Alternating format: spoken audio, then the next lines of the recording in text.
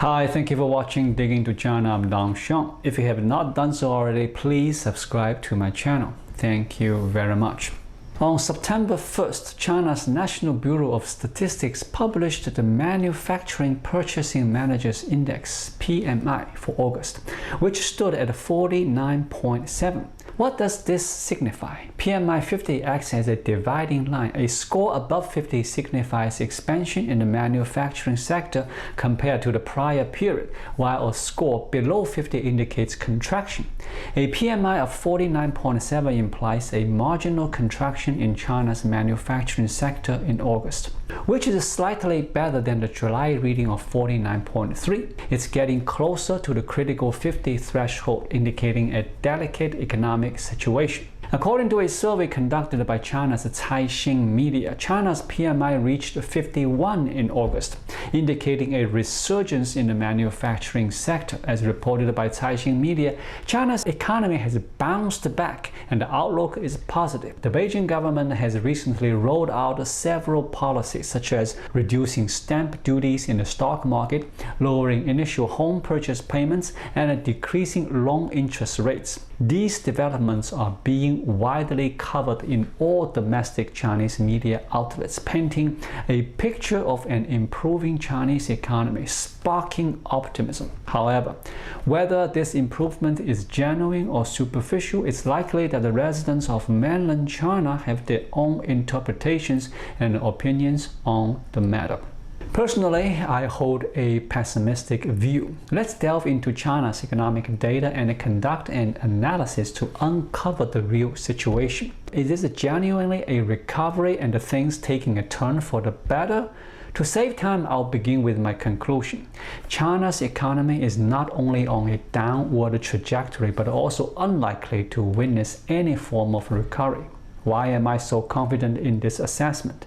Allow me to present a comprehensive rationale. According to the data from China's 7th National Population Census in 2021, China's total population was 1.412 billion. Currently, it's reported as 1.42 billion based on official figures. While questions about the accuracy of these figures persist, I will analyze the data using the CCP's official statistics. China's labor force is estimated at around 880 million, with 730 million considered employed. According to the Communist Party's criteria, anyone working for at least 1 hour a week is counted as part of the employed population, totaling 730 million.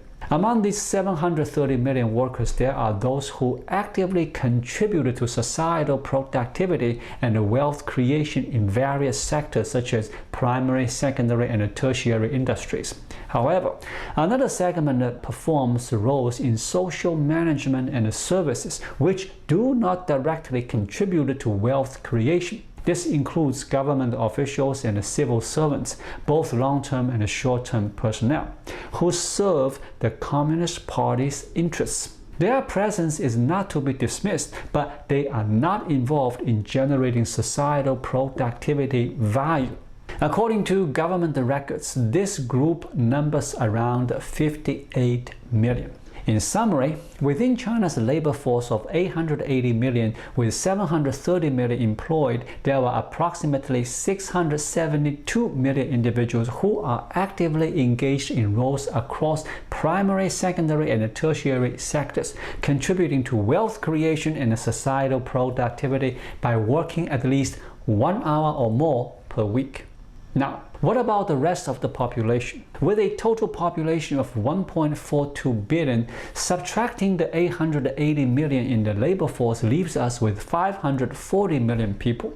Among them, there are 260 million elderly individuals aged 60 and above, and the remaining 280 million are children. Out of the 880 million in the labor force, 730 million are employed, leaving 150 million without the jobs. Calculating this, the unemployment rate in China stands at approximately 17%, as per official data provided by the Chinese Communist Party.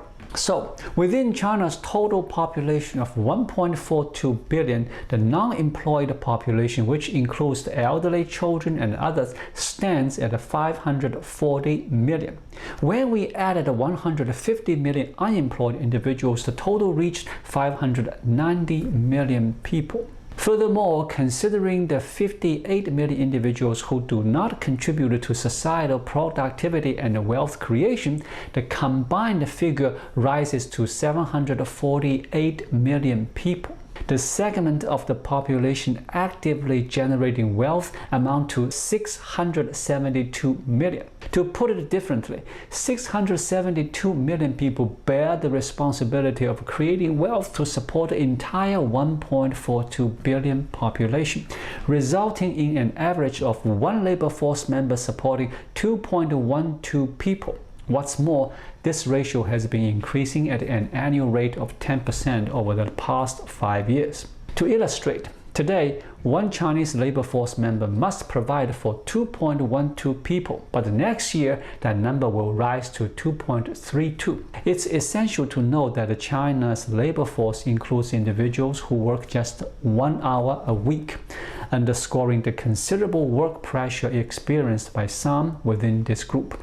In accordance with international standards, specifically the United Nations per capita labor contribution requirement, China is ranked third from the bottom worldwide, even when compared with to Asian countries such as India, Pakistan, Myanmar, and others, whose values are below 1.5, signifying that one labor force member's contribution can support only 1.5 people. China's situation is notably different. In China, one individual is responsible for supporting 2.12 people, and this figure continues to rise. China's position is even less favorable than many African countries, as their population ratios are considerably better than those of China. Even in the absence of any factors currently harming China's economy, such as debt crisis, fiscal crisis, financial crisis, international relations crisis, military crisis, government credit crisis, and even crises related to the lack of core industries, core technology deficiencies, and the inefficiencies in the Chinese Communist Party's authoritarian regime, as well as corruption. Even without any of the aforementioned crises, the shift in population structure and the sole factor of labor contribution alone will result in an ongoing decline in Chinese society. There is no conceivable chance of a recovery within the next 2 decades. You might wonder, isn't Japan also dealing with severe aging demographics, and hasn't Japan's economy been on the mend? The crucial distinction lies in Japan's effective promotion of a comprehensive societal employment rate, ensuring that practically anyone can secure a job in Japan with relative ease, making self-sufficiency straightforward. The most glaring shortcoming of the Chinese Communist Party's authoritarian governance is its pursuit of so-called fundamental national policies, which have resulted in a national productivity structure in China that ultimately leaves the nation without a hopeful outlook. Had China prioritized being a nation with a strong focus on labor-intensive employment rather than striving to become a so-called technological and industrial powerhouse, it might not find itself in its current predicament. Presently, the Chinese economy is characterized by the dominance of state-owned enterprises and central enterprises, when it should have been structured around private enterprises, labor-intensive industries, widespread employment, and a predominantly private sector-led economic framework. Instead, it has evolved into an economy where state-owned enterprises monopolize key industries. This shift has already had catastrophic consequences, as the Chinese Communist Party has led the nation into an irreparable situation from which there is no foreseeable recovery.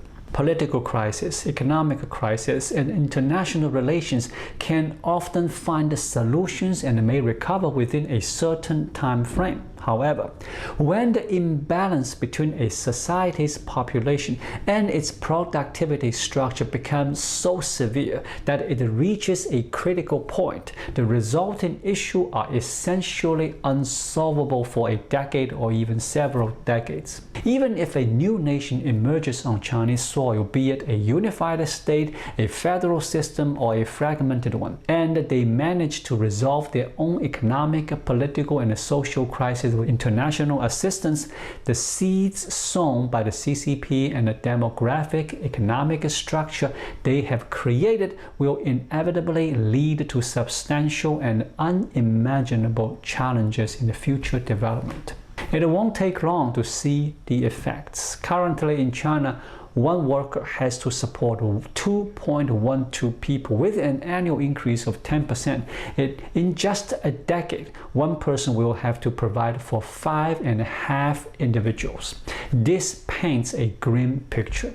For a company with 10 employees, sustaining 50 people would demand an exceptionally high profit margin. It underscores the necessity for society to be exceptionally prosperous and affluent to handle such a scenario.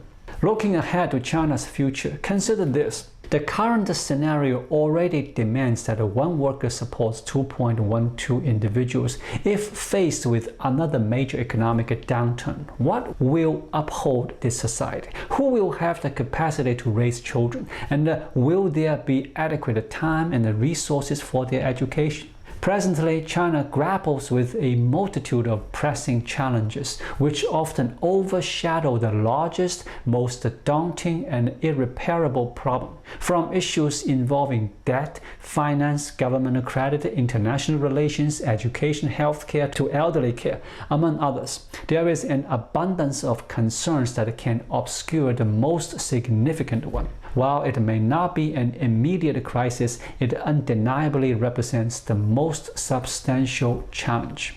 Considering this fundamental perspective, the Chinese economy is unlikely to experience any recovery and is set to continue its downward trajectory. While there may be occasional short-term fluctuations, the long-term trend is irreversible.